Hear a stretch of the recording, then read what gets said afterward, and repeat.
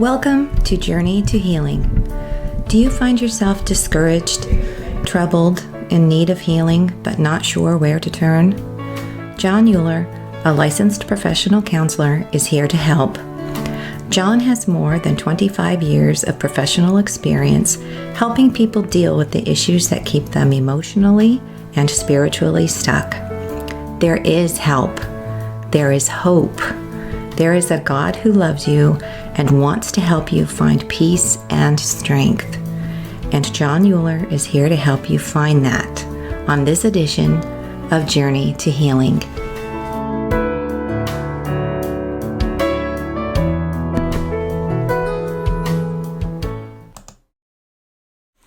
Good evening, everyone. I'm Jon Uhler. This is Journey to Healing. Sorry about the blank screen for a moment. I'm still learning the tech end of things. We're in the midst of a series on grief and loss. We've been spending some time dealing with kind of some introductory issues and topics that pertain to helping someone figure out whether or not they have anything under the surface that they need to address that may be stuck, that may not have been totally resolved, and therefore they're not able to go through the grief and loss process. Grief being the process of coming to terms with loss.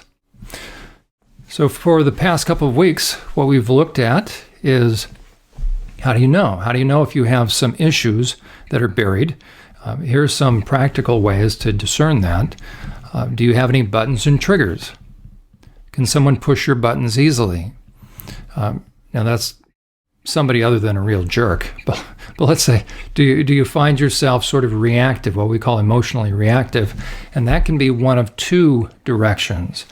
Oftentimes when we hear the term emotionally reactive, or if you've ever heard that, you sort of automatically think you're elevating, you quickly escalate upward.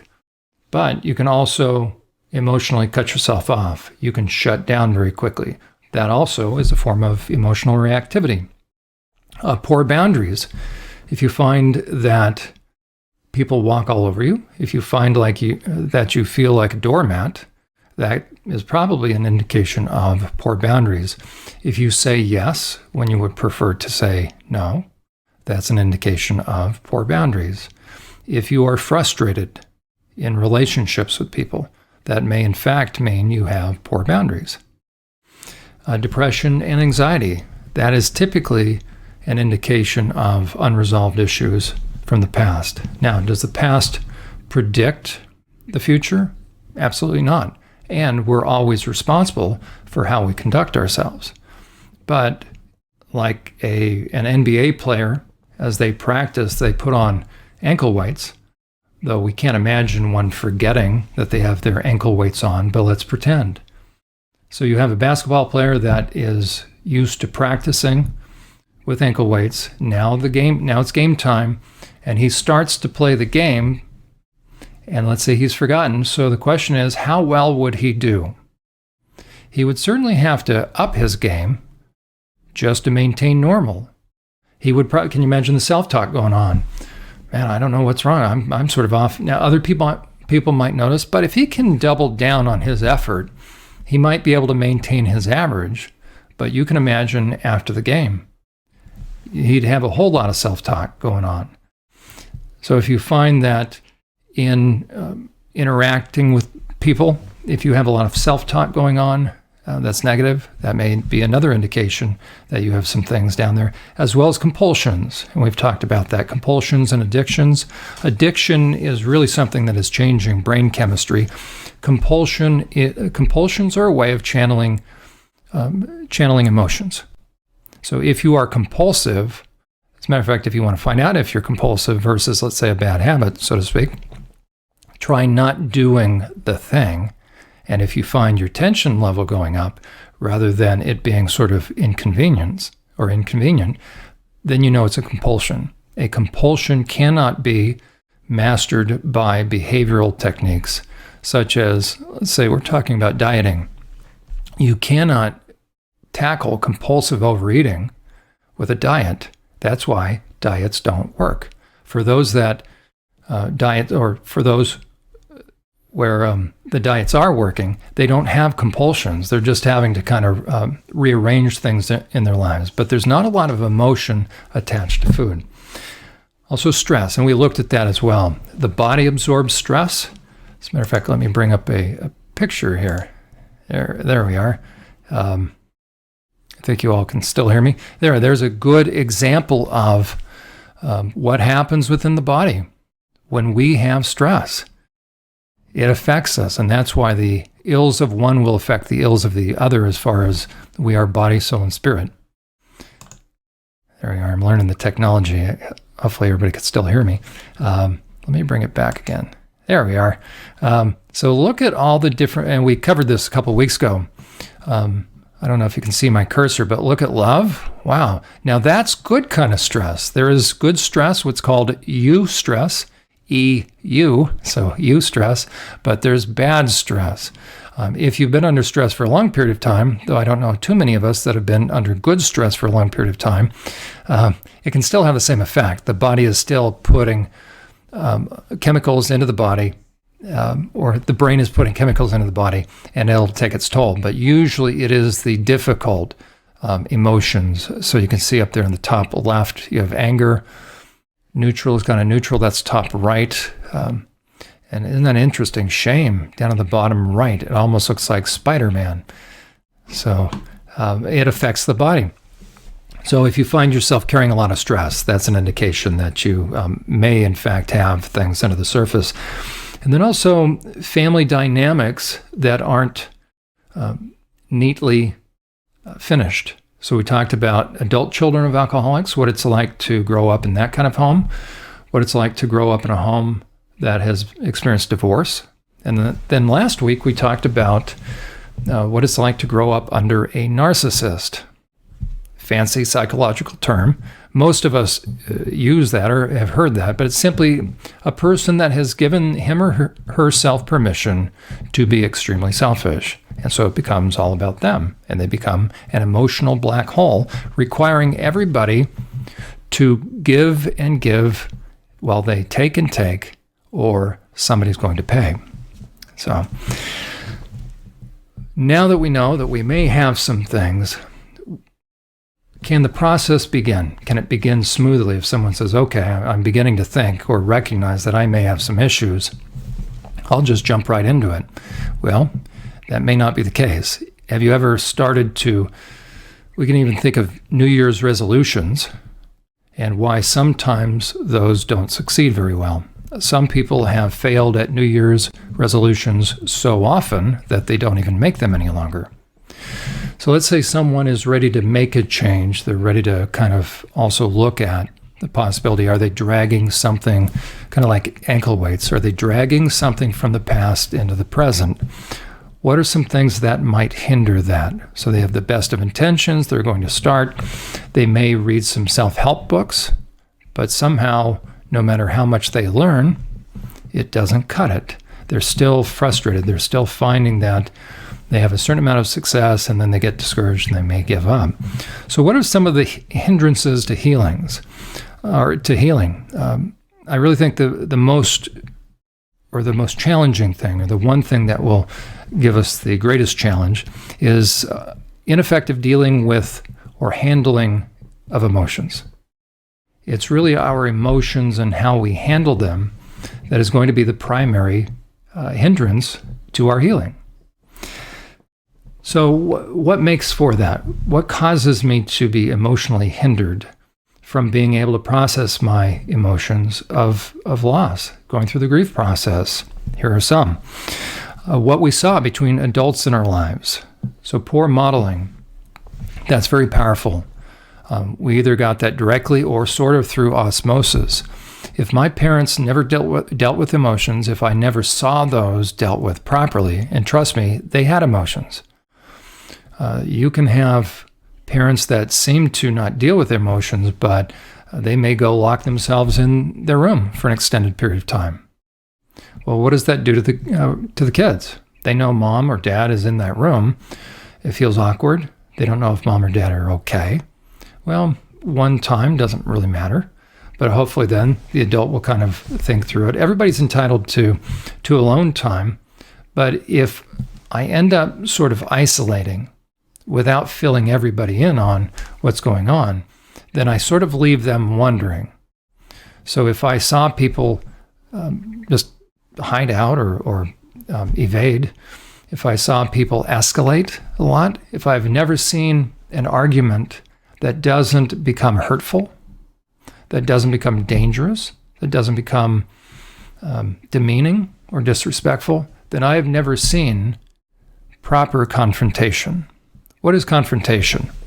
The word itself means to place in front of. So if you and I are having a confrontation, it probably means certainly we have a difficult issue that we're having to work through. But does it have to be a knockdown, drag-out?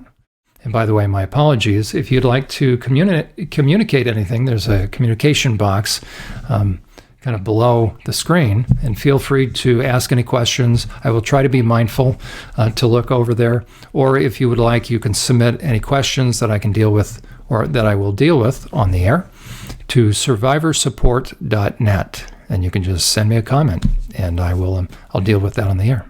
Okay.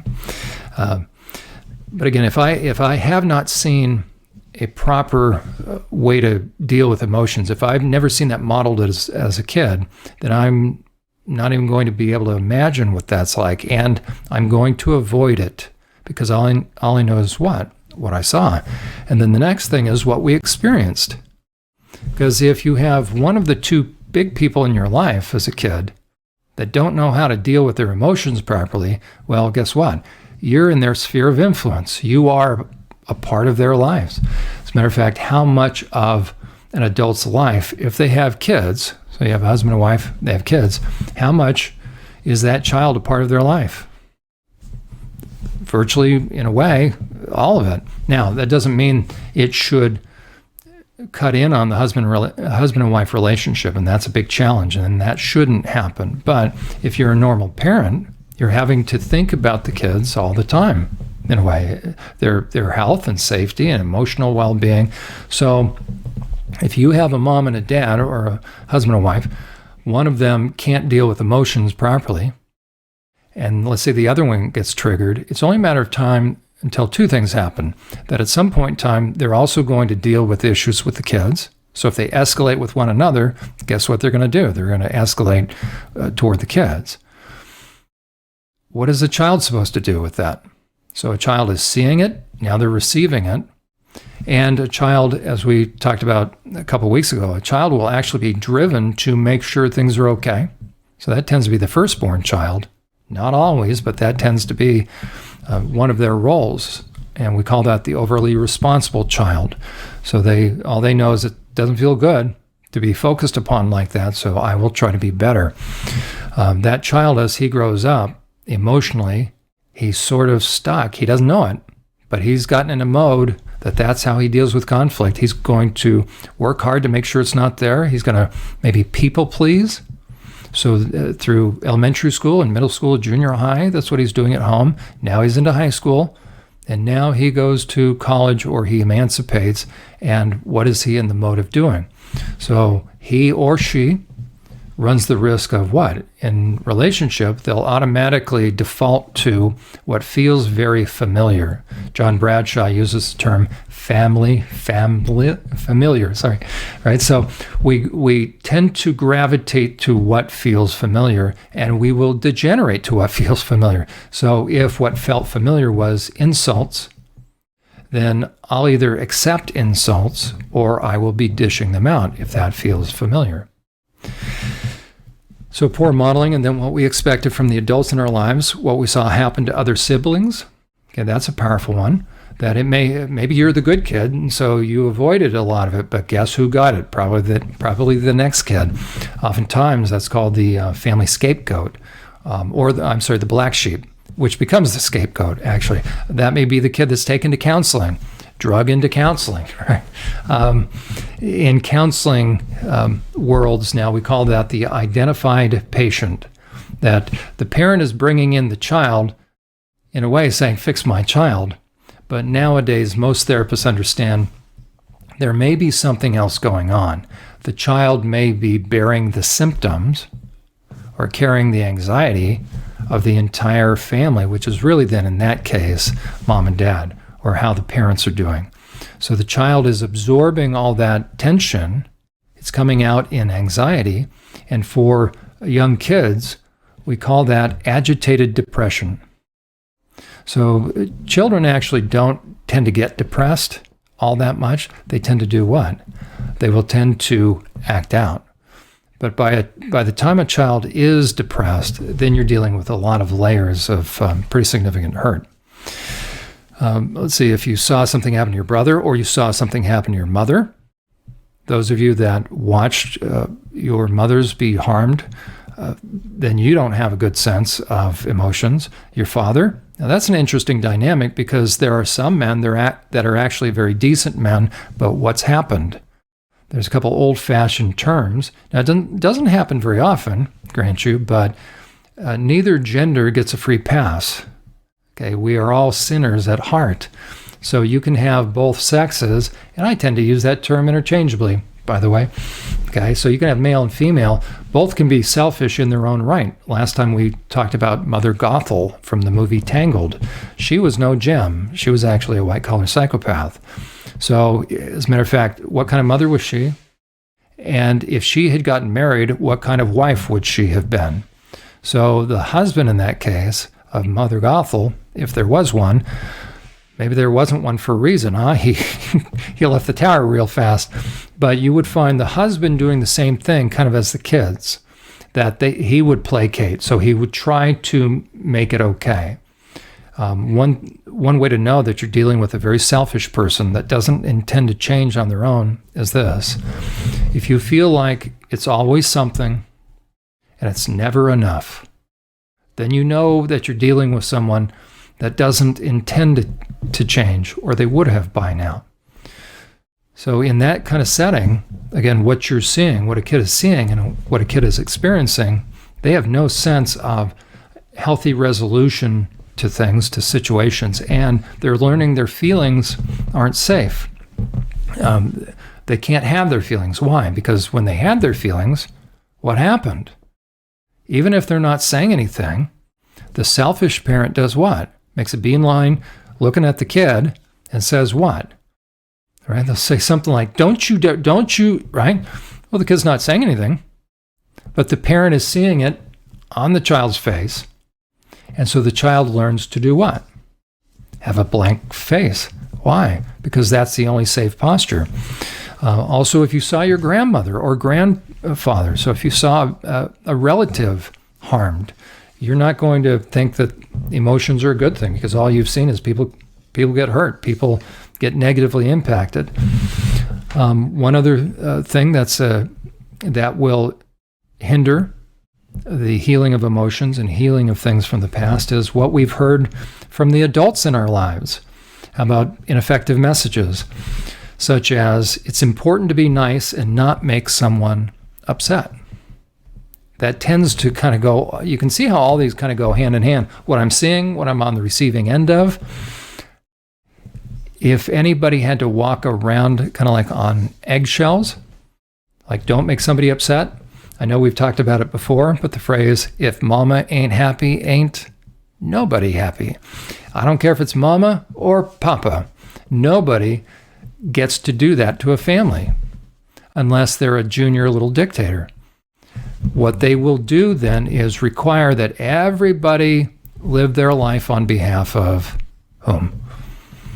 Make them happy. And so these kids growing up in that home, they learn that, again, it's not even safe kind of to be yourself. You can't even have your own preferences. You can't have your own desires, really. Here's another ineffective message. Anger is wrong. It's bad. It's dangerous. It's unspiritual. And it's immature. Let me read those again. Anger is wrong. Now, these are all incorrect, by the way. But if that's what you've been taught, or through osmosis, that's what you've picked up, anger is wrong, meaning something negative is going to happen if this is what has been conveyed to us, because that means I can never resolve anything between someone else or within myself if I've been negatively impacted. Okay, so the following is incorrect. Well, we can absorb this. We can come to believe that anger is wrong, anger is bad, anger is dangerous, anger is unspiritual, and anger is immature. That is not true. That'll certainly hinder the healing process. Another thing that will hinder it are the lies that we came to believe.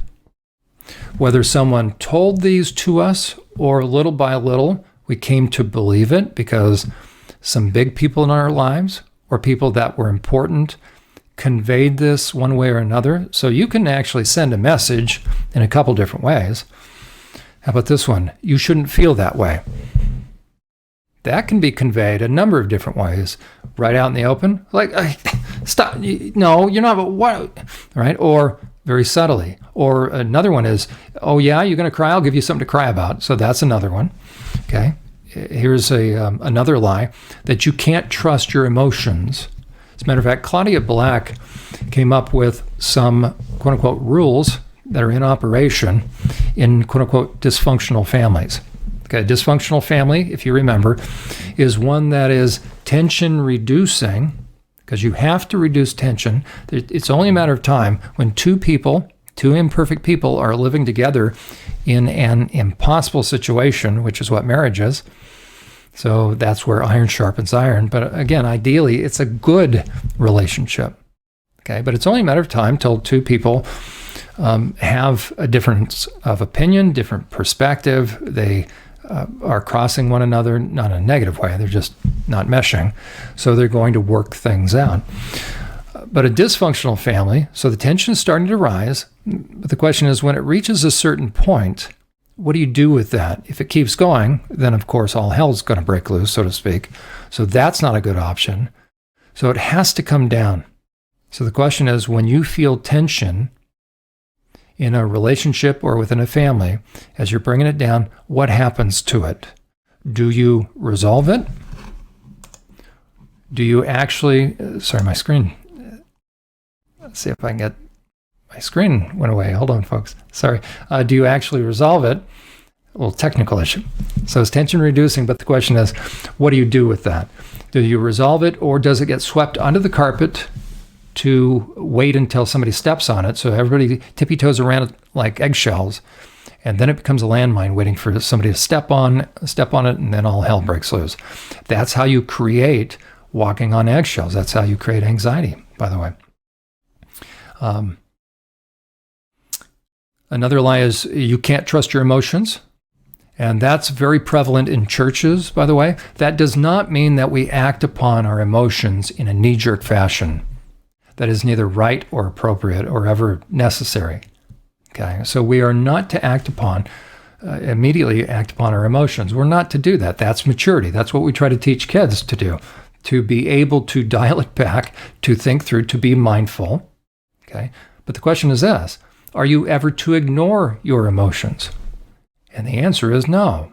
You better be aware of what you're feeling. Now, does that mean every single moment of every day I'm walking around feeling it? No, but the question is this: if certain emotions start to come up above baseline, probably something has happened. And so my internal radar system, called my intuition, is giving me some information that probably something just happened. That usually has to do with my interactions with other people. So it's going to send information via my emotions. I need to be able to have my emotions. I need to be able to identify them. I need to be able to understand them. But if I was raised in a home that was not modeled, that was not taught, that was not permissible, then I am now emotionally handicapped in this sense. I don't know what to do with them. And oftentimes I've had to cut myself off from my emotions. And another lie. So again, we should be able to trust our emotions. That helps us test reality. That's when somebody's trying to work us or manipulate us, and part of me goes, well, wait a second. Every manipulator, every selfish person, every profoundly selfish person, all the way up to white-collar psychopaths, what are they going to do? They have to get you to turn the volume down on your intuition.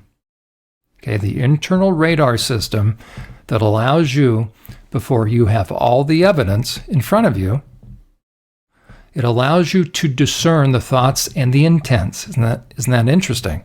That's what the Holy Spirit does for us. But we have that ability, and especially if we're connected to the Lord, then it'll become even more, as it were, sensitive, not overly sensitive, but now I can really start to detect. And it's not that I walk around detecting things. It's just this. When I interact with someone, and let's say somebody starts to ask things of me, they start to, I'm in a relationship and I'm starting to invest my time, effort, energy, and resources. The question is this: am I being a good steward? Is this something I should be doing right now? Is this some person that I should be investing in, should be trusting? Because by trusting, little by little, I'm bringing him or her into an inner circle in my life. Is that a wise thing to do? Is that a trustworthy person, or is that person a pig and a wolf or a predator? Okay, so I need to be able to sense that. But if I don't have my internal radar system, if somebody has told me you can't trust your emotions, then guess what? Then every manipulator does this. They're going to go after intuition. They're going to tell you that you can't trust it. They're going to tell you you're not feeling what you're feeling. And then they also say this. This is their favorite phrase. Ready? Here it is. If I'm a selfish person in one way or another, and I want something from you, I'm going to tell you something like this. Well, I know what it looks like, but it's really not that, so don't worry about it. What have I just done? I have told you that what you know, what you think, what you feel, everything about you is saying, wait a second, that's not, no. And I've just told you, no, it's not what it looks like. So now you have to discount yourself, or you discount your intuition. Every manipulator goes after that. When I was working within the prison system for 11 years on psych staff, that was the first place I would go, as it were, when dealing with these men, doing groups, and every one of them knew it. As far as when I started to talk about it, they knew they had to come clean. There are different groups in the Pennsylvania Department of Correction, as far as prescribed groups that these men have to do. One is called Thinking for a Change. Pretty good, catchy title. Think about that. Thinking for a change. Like, it's time you think, McFly, think for a change. Okay, so good title. But the premise is this, or the presupposition is that they weren't thinking. Now, we all kind of use that. We say, I don't know, what was I there? But the question is this: was I brain dead? No, right? But still, what was that? No. So the question is this: did you know the difference between right and wrong? Very few people don't, and you can tell. So if somebody can function pretty effectively in their life, and they know how to turn it on and turn it off when it benefits them, trust me, they know the difference between right and wrong. So it's not so much for the selfish people, it's not so much thinking for a change, it is having a change of heart. Okay? So we can trust our emotions, or maybe better put, we can get used to that, we can get to know them and begin to discern. Another lie is really faulty theology about giving grace to fools. 2 Corinthians chapter 11, verses 19 and 20, Paul is very clear. We shouldn't tolerate fools. If we do, we're really rewriting Matthew chapter 7, where Jesus said, do not cast your pearls before swine. And again, what's a pearl? Something that is very precious or important. It's your time, effort, energy, and resources, and your trust. Do not do that. Why? Because you're going to suffer the consequences. What are they? They're going to treat everything you've given them, your pearls, they're going to treat them with disdain. They're going to take them for granted. I'm seeing the light change here. Okay, they're going to take them for granted, and then they're actually going to turn on you and become demeaning or disrespectful and hurtful, or in some way self-injurious, especially if you try to now dial it back. So we have to be able to discern. And speaking of discerning, I have to discern the time. So we're going to take a break as soon as I get that ready. Journey to Healing is sponsored by SurvivorSupport.net. It is a resource, and a very important resource for you if you're going through the healing process, or if you know someone that is going through the healing process. It can help educate you on the impact of abuse, primarily sexual abuse, but any kind of significant hurt. There's a healing process that it needs to go through. That's why we're dealing with this. And that website, as you'll see, can help you. And we'll be right back after this break. Are you or someone you know a survivor of abuse and wondering where to turn for trustworthy help and insight into the effects of such abuse? Ever wish you had access to a resource that could help you continue your progress in healing? SurvivorSupport.net is that resource. Developed by Jon Uhler, a seasoned therapist with years of experience working with sexual abuse survivors, SurvivorSupport.net is a one-of-a-kind resource to help you understand the impact of abuse and to help you understand the nature of those who harmed you in order to help you gain clarity and continue healing. If you are interested in speaking with Jon Uhler about your situation, or in having Jon conduct a consultation or training for your church or organization, SurvivorSupport.net serves as a convenient method of contacting him. Our program, Journey to Healing, is made possible through the generous donations of viewers like you. There are many opportunities and needs that Survivor Support is attempting to meet, and your monthly support or one-time gift would be extremely helpful as we seek to meet those needs and opportunities. Simply visit SurvivorSupport.net and you will see the link to donate on the homepage. We thank you.